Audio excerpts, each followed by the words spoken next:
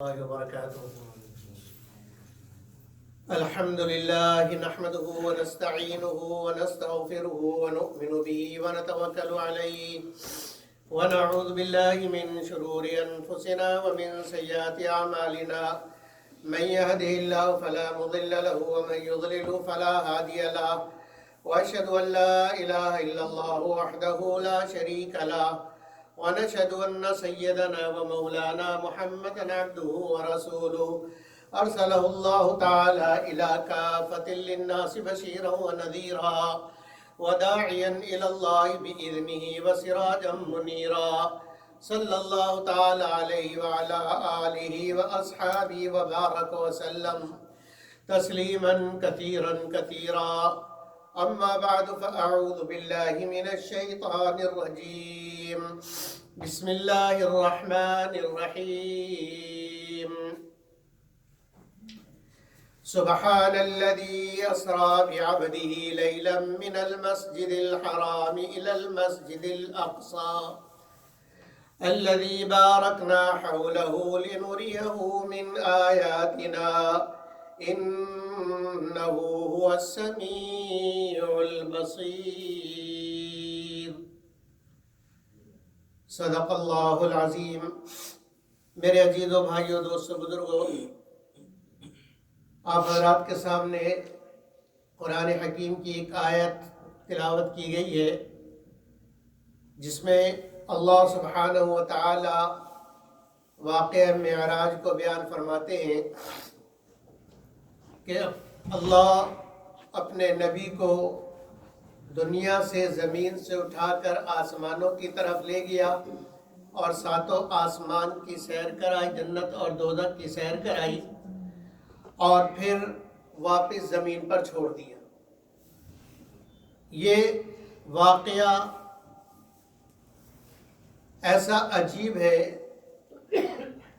کہ اگر صرف عقل سے سوچا جائے، جو لوگ صرف عقل کو معیار سمجھتے ہیں انہوں نے اس واقعے کا انکار کیا، اور یہ انکار اس زمانے میں بھی ہوا اور انکار اب بھی ہو رہا ہے،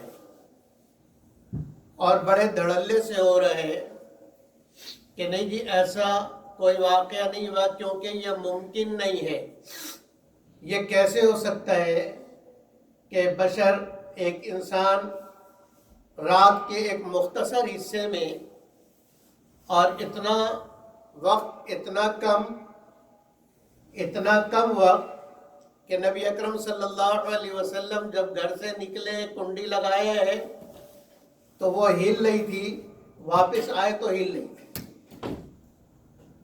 تو یہ کیسے ممکن ہے کہ چند سیکنڈوں کے اندر اتنا لمبا چوڑا سفر بھی ہو جائے اور جنت دوزخ کی سیر بھی ہو جائے، اللہ سے ملاقات بھی ہو جائے، بیت المقدس میں نبیوں کی امامت بھی ہو جائے؟ تو یہ ممکن نہیں ہے. جب یہ ممکن نہیں ہے تو ایسے ہی ہے.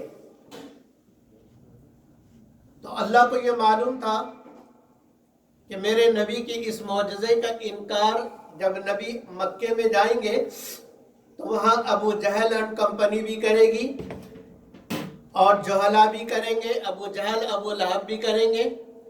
یہ سارے جاہل مل کر اس کا انکار کریں گے، اور پھر ہر زمانے کے اندر جاہل ہوں گے جن کو لوگ بہت بڑا ترم خان سمجھیں گے کہ یہ تو بہت بڑا اسکالر ہے اور دلیلوں سے بات کرتا ہے، ریفرنس سے بات کرتا ہے، دلیل ریفرنس دیتا ہے، کتاب کا نام یہ، صفحہ نمبر یہ، مصنف یہ، اس لیے کہ اس کو بھی معلوم ہے کہ آڈینس نے جا کے کون سے چیک کرنا ہے.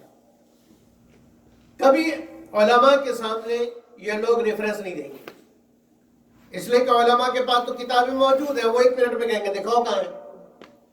وہ ریفرنس دیتی ہے عوام میں تاکہ عوام اس قدر متاثر ہو جائے کہ میرے اوپر ایمان لے آئے، کہ جو میں کہوں وہ مان جائے. اس لیے کہ عوام کو تو صرف یہ چاہیے جی بخاری جلد نمبر 1 صفحہ نمبر 220 اس پہ لکھا ہوا ہے. اب آپ نے کون سا جا کے چیک کرنا ہے، یا عوام الناس نے کون سا چیک کرنا ہے؟ لیکن اگر ہم سے کہیں، ہم کہیں گے یہ بخاری پڑھی ہوئی ہے، یہ صفحہ نمبر 120 ہے، کہاں پر ہے؟ تو اللہ کو معلوم تھا، اس لیے اللہ نے واقع بیان کرنے سے پہلے اپنی جو صفت بیان کی ہے نا، ڈائریکٹ یہ نہیں کہا کہ محمد گئے ہیں، محمد صلی اللہ علیہ وسلم دنیا سے آسمان کی طرف اور یہ سارا واقعہ ہوا، نبی نے کیا نہیں، اس سے پہلے اللہ اپنی ایک صفت کو بیان کرتے ہیں، اور اللہ یہ دعوت دے رہے کہ جانے والے سے پہلے لے جانے والے کو سمجھو، کہ نبی خود نہیں گئے ہیں، نبی خود نہیں گئے ہیں، نبی کو کوئی لے گیا ہے۔ تو جو واقعہ ہوا اس پہ غور کرو کہ لے جانے والے میں اتنی طاقت ہے، لے جانے والا ایسا قادر ہے جو یہ سب کچھ کر سکے۔ اس لیے اللہ نے پہلی بار سبحان سے شروع کیا۔ واقع معراج کی ابتدا جاہلوں کا قلا قما کرنے کے لیے، ان کی زبانیں کاٹنے کے لیے اللہ نے واقع معراج کو نبی صلی اللہ علیہ وسلم کے نام سے شروع نہیں کیا، بلکہ شروع کیا ہے سبحان سے، اپنی صفت سے۔ اور یہ صفت اللہ نے کیوں بیان کی، اس میں بڑی حکمتیں ہیں۔ سبحان، سبحان کسے کہتے ہیں؟ سبحان اس ذات کو کہتے ہیں کہ جہاں ساری مخلوق کی ساری قوتیں ختم ہو جائیں، وہاں سے جس کی قوت شروع ہوتی ہے اس کو سبحان کہتے ہیں۔ جو ہر قسم کی کمی سے پاک ہو اس کو سبحان کہتے ہیں۔ جس کے اندر کسی قسم کی کمزوری نہ ہو اس کو سبحان کہتے ہیں۔ جو سب سے زیادہ طاقتور ہو اس کو سبحان کہتے ہیں۔ جو ہر حال میں ہر کچھ کر سکے اس کو سبحان کہتے ہیں۔ جو وہ کام کر سکے جو کوئی نہ کر سکے اس کو سبحان کہتے ہیں۔ تو اللہ نے کہا سبحان، یہ جو نبی صلی اللہ علیہ وسلم گئے ہیں، پہلے لے جانے والا کون ہے؟ وہ سبحان ہے، جس کی طاقت میں کوئی کمی نہیں، اور وہ ایسا طاقتور کہ جہاں جبرائیل، اسرافیل، عزرائیل، میکائیل سب کی طاقتیں جواب دے جائیں اور سب کی طاقتوں کی انتہا ہو جائے، یہ ساری طاقتیں مل کر جو کام نہ کر سکے، سبحان وہ کام اکیلے کر سکتا ہے، اور چشم زدن میں کر سکتا ہے، سیکنڈوں میں کر سکتا ہے۔ اس کے لیے وقت کی کوئی قید نہیں، نہ اس کو وقت میں قید کیا جا سکتا ہے، نہ اس کی قوت اور طاقت اور قدرت کو وقت میں قید کیا جا سکتا ہے کہ ٹھیک ہے یہ بات ہم مان لیتے ہیں کہ ایسا ہوا، اللہ نے معراج کرایا، لیکن اس کے لیے ٹائم چاہیے، اس کے لیے اتنا وقت چاہیے نا، کہ آسمان تک جانے میں کتنا وقت لگے گا، پھر دوسرے آسمان تک کتنا وقت لگے گا، اور یہاں تو وقت ہی نہیں لگا۔ یہ تو ٹائم کا سوئچ اللہ کے ہاتھ میں ہے۔ سبحان وہ ہے جس کے ہاتھ میں سب کچھ ہو، ٹائم کا سوئچ بھی اس کے ہاتھ میں ہو، جب چاہے آن کر دے، جب چاہے آف کر دے، اور جس کے لیے چاہے آن کر دے اور جس کے لیے چاہے آف کر دے۔ تو وہ ٹائم نبی اکرم صلی اللہ علیہ وسلم کے لیے ٹائم زون اور ٹائم پیریڈ کو اللہ نے آف کر دیا۔ سفر لمبا چوڑا لیکن ٹائم آف، ٹائم کو روک دیا، آگے بڑھنا ہی نہیں، وقت آگے ہی نہیں بڑھا، وقت آگے نہیں بڑھا۔ یہ تو اللہ کے ہاتھ میں ہے کہ جب چاہے ٹائم بڑھا دے، جب چاہے ٹائم چھوٹا کر دے۔ حضرت عزیر علیہ السلام 100 سال تک سو رہے ہیں، اور 100 سال کے بعد اللہ نے اٹھایا۔ عزیر کتنا دیر سوئے ہو؟ یومن و بعد یوم، اللہ پورے دن سوتا رہا ہوں یا آدھا دن سویا ہوں؟ 100 سال گزرے، اور جس جگہ پر وہ سوئے وہاں پر ساری دنیا ارد گرد گھوم پھر رہی ہے، لیکن اللہ نے ان کا ٹائم بند کر دیا، کوئی ان کو دیکھ بھی نہیں رہا۔ لوگوں کے لیے 100 سال گزر گئے اور ان کا ٹائم وہیں پہ رک گیا۔ اسی لیے پہلی پوچھتے ہیں کہ ایسے دو بھائی بتاؤ، ایسے دو بھائی بتاؤ جو ایک ہی دن پیدا ہوئے اور ایک ہی دن مرے، لیکن ایک 100 سال چھوٹا ہے، ایک 100 سال بڑا ہے۔ حضرت عزیز اور حضرت عزیر علیہ السلام، کہ حضرت عزیز کا تو وقت چلتا رہا، وہ 100 سال بڑے ہو گئے، ان کا وقت رک گیا، ان کی عمر رک گئی حضرت عزیر علیہ السلام کی۔ تو اللہ کے ہاتھ میں اس لیے کہا سبحان، پہلے سبحان کو سمجھو کہ سبحان کتنی بڑی قدرت والا ہے۔ پھر فرمایا سبحان الذی، ہر عیوب سے، ہر کمی سے، ہر کمزوری سے، ہر اعتراض سے پاک ہے وہ ذات، اسرا بعبدہ لیلا، جو اپنے بندے کو لے گیا۔ بندہ خود نہیں گیا، بندے کو لے گیا۔ اسرا کا معنی ہوتا لے جانا، سرا یسری کا معنی ہوتا خود چلنا، اسرا یسری کا معنی ہوتا ہے لے جانا، اسرا یسری اسرا لے جانا۔ تو اللہ کہہ رہے لے گیا، کب لے گیا؟ لیلن، رات میں لے گیا، دن میں کیوں نہیں لے گیا؟ یہ بھی اللہ کی حکمت، اس لیے کہ اللہ جل جلالہ و عما نوالہ کی عادت شریف ہے کہ اللہ نعمتیں رات میں دیتے ہیں، نعمتیں رات میں دیتے ہیں۔ انا انزلناہ فی لیلۃ القدر، قرآن ملا رات میں، تہجد ملی رات میں، دعائیں ملی رات میں، رونا دھونا ملا رات میں۔ یا ایھا المزمل قم اللیل الا قلیلا، رات میں۔ اور تورات زبور، موسیٰ علیہ السلام کو اللہ نے کہا 40 چلے لگاؤ میں طور پر، وواعدنا موسیٰ 30 لیلہ واتممناها ب10 فتم میقات ربی 40 لیلہ۔ جب 40 راتیں ہو گئیں تو 40 رات کے بعد ان کو کلیم اللہ بنایا۔ تو اللہ کی نعمتیں، اللہ کا در کھلتا ہے رات میں، نعمتیں لٹتی ہیں رات میں، رزق بڑھتا ہے رات میں، عافیتیں بڑھتی ہیں رات میں، مغفرت لٹتی ہے رات میں، جنت بستی ہے رات میں۔ اللہ نے اپنے نبی کو نبوت دی رات میں، قرآن دیا رات میں، ساری امت کی دعائیں اللہ قبول کرتا ہے رات میں۔ اس لیے اپنے نبی کو بھی جو اعلیٰ مقام دیا وہ رات میں دیا۔ دن میں اگر جاتے تو جانے والا دیکھ لیا جاتا، جانے والا دیکھ لیا جاتا کہ وہ جا رہی ہے سواری۔ جہاز کو دیکھ سکتے ہیں ہم کہ نہیں؟ ہم جہاز کو دیکھ سکتے ہیں، نہ راکٹ کو دیکھ سکتے ہیں کہ وہ راکٹ جا رہا ہے، حالانکہ اس کی رفتار ہزاروں میل ہے، لیکن دیکھنے والا دیکھ سکتا ہے کہ وہ جا رہا ہے، تو پھر امتحان نہ ہوتا۔ اس لیے اللہ رات میں آئے کہ لے کر گئے کہ اگلے دن امتحان لینا ہے،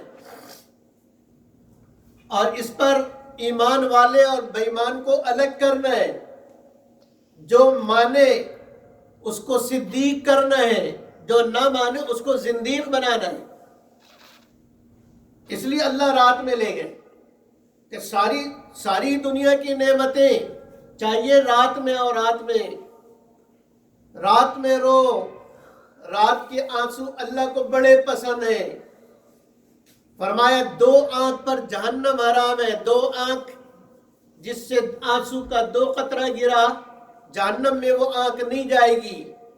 فرمایا ایک وہ آنکھ جو اللہ کے راستے میں مجاہدین کی حفاظت کے لیے جاگی ہو، ایک وہ رات جو اللہ کے راستے میں نکلنے والے مجاہدین کی حفاظت کے لیے جاگی ہو، اور دوسری وہ رات جو وہ آنکھ جو اللہ کے خوف سے روئی ہو۔ یہ دونوں آنکھ جہنم میں نہیں جائیں گی۔ تو آنسو بہانا اللہ کو اتنا پسند ہے کہ جہنم اس پر حرام، اس لیے کہا کہ اپنے نبی کو بھی جو سب سے اونچا مقام دوں گا وہ رات میں دوں گا، دن میں نہیں دوں گا۔ اسرا بعبدی لیلاً، اللہ رات میں لے گئے۔ اللہ کہاں لے گئے؟ من المسجد الحرام، اللہ کے نبی سوئے تو حتیم میں تھے، مسجد حرام میں سوئے تھے، وہاں سے جبریل علیہ السلام نے اٹھایا کہ جی اللہ نے بلایا ہے، اور براق پر بٹھایا، مسجد اقصی لے گئے۔ من المسجد الحرام الی المسجد الاقصی، مسجد اقصی، اور کون سی جگہ ہے مسجد اقصی؟ الذی بارکنا حولہ، کہ جس کے اطراف میں ہم نے بڑی برکتیں رکھی ہیں۔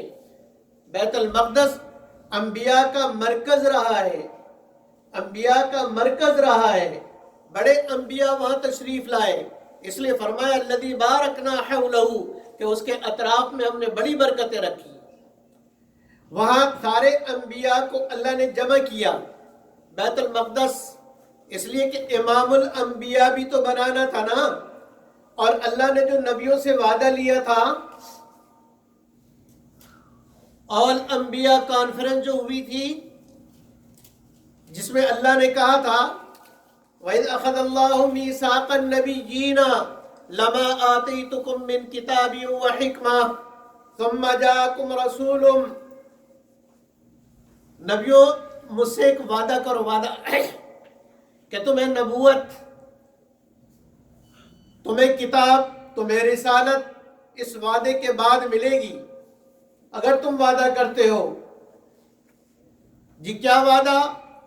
کہ تمہیں دنیا میں بھیجوں گا، کتاب بھی دوں گا، حکمت بھی دوں گا، شریعت بھی دوں گا، لیکن شرط یہ ہے کہ تم سب سے آخر میں ایک میرا نبی آئے گا، اسمہ احمد، اس کا نام احمد ہوگا۔ لَتُؤْمِنُنَّ بِهِ وَلَتَنْصُرُنَّ، وعدہ کرو کہ تم سب اس پر ایمان بھی لاؤ گے اور اس کی مدد بھی کرو گے۔ تمام انبیاء علیہ السلام نے کہا اقررنا، اے اللہ ہم اقرار کرتے ہیں۔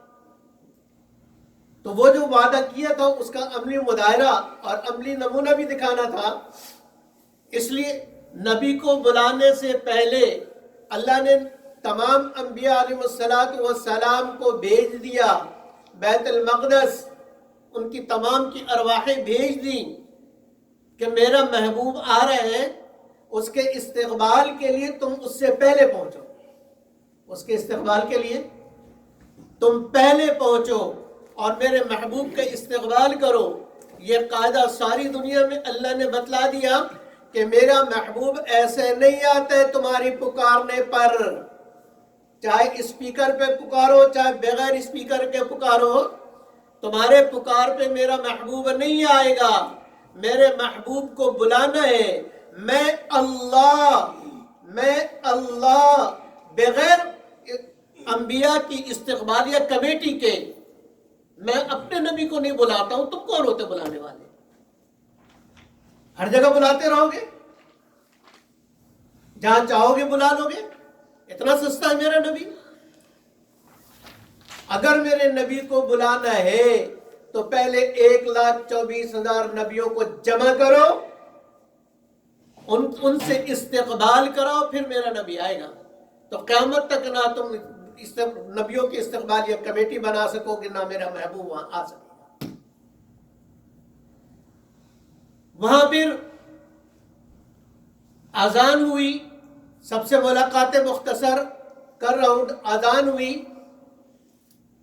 اور مؤذن نے ایک روایت کے مطابق جبریل علیہ السلام نے اذان دی، اشہدو ان لا الہ الا اللہ کے بعد خاموش۔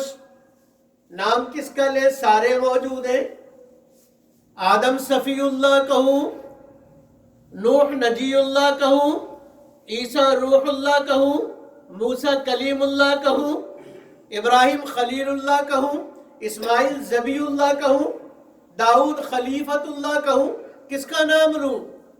اللہ کی طرف سے آواز آتی ہے، اے مؤذن، جس کا کلمہ پڑھنے کے لیے یہ سارے نبی جمع ہے نا، تو بھی اسی کا کلمہ پڑھ اور کہہ دے اشہدو ان محمد رسول اللہ صلی اللہ علیہ وسلم۔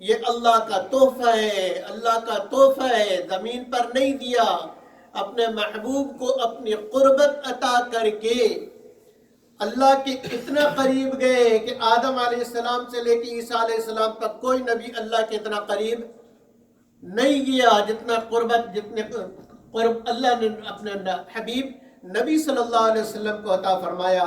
اور اس قرب کے ساتھ اللہ نے امت کے لیے تحفہ دیا نماز کا۔ کتنا بڑا انعام ہے کہ محبوب تم تو آ گئے مجھ سے ملنے، میں نے بلایا تم آ گئے، میں چاہتا ہوں کہ تمہاری ساری امت کو معراج کراؤں، تمہاری ساری امت کو، میرے امت کے ہر فرد کو معراج کراؤں۔ اس لیے دیکھو میں نے تمہیں بلایا، تم آ گئے، میرا مؤذن بلائے گا، اپنی امت سے کہنا چلے جائیں۔ میرا مؤذن بلائے گا کہ اللہ معراج کے لیے بلا رہے ہیں، اللہ معراج کے لیے بلا رہے ہیں، اپنی امت سے کہنا چلے جائے اور آ کے مجھ سے مل لے۔ یہ معراج، الصلاۃ معراج المؤمن، نماز مومن کی معراج ہے، معراج۔ اس لیے میرے محترم بھائی اور دوستوں، ایسی محنت ہم اپنے اوپر، اپنے بچوں پر، اپنے خاندان پر اور ساری امت پہ کریں کہ ساری امت کے اندر نماز زندہ ہو جائے، کیونکہ یہ بہت بڑا تحفہ ہے۔ اللہ مجھے اور آپ کو عمل کی توفیق عطا فرمائے۔ وآخر دعوانا ان الحمد للہ رب العالمین۔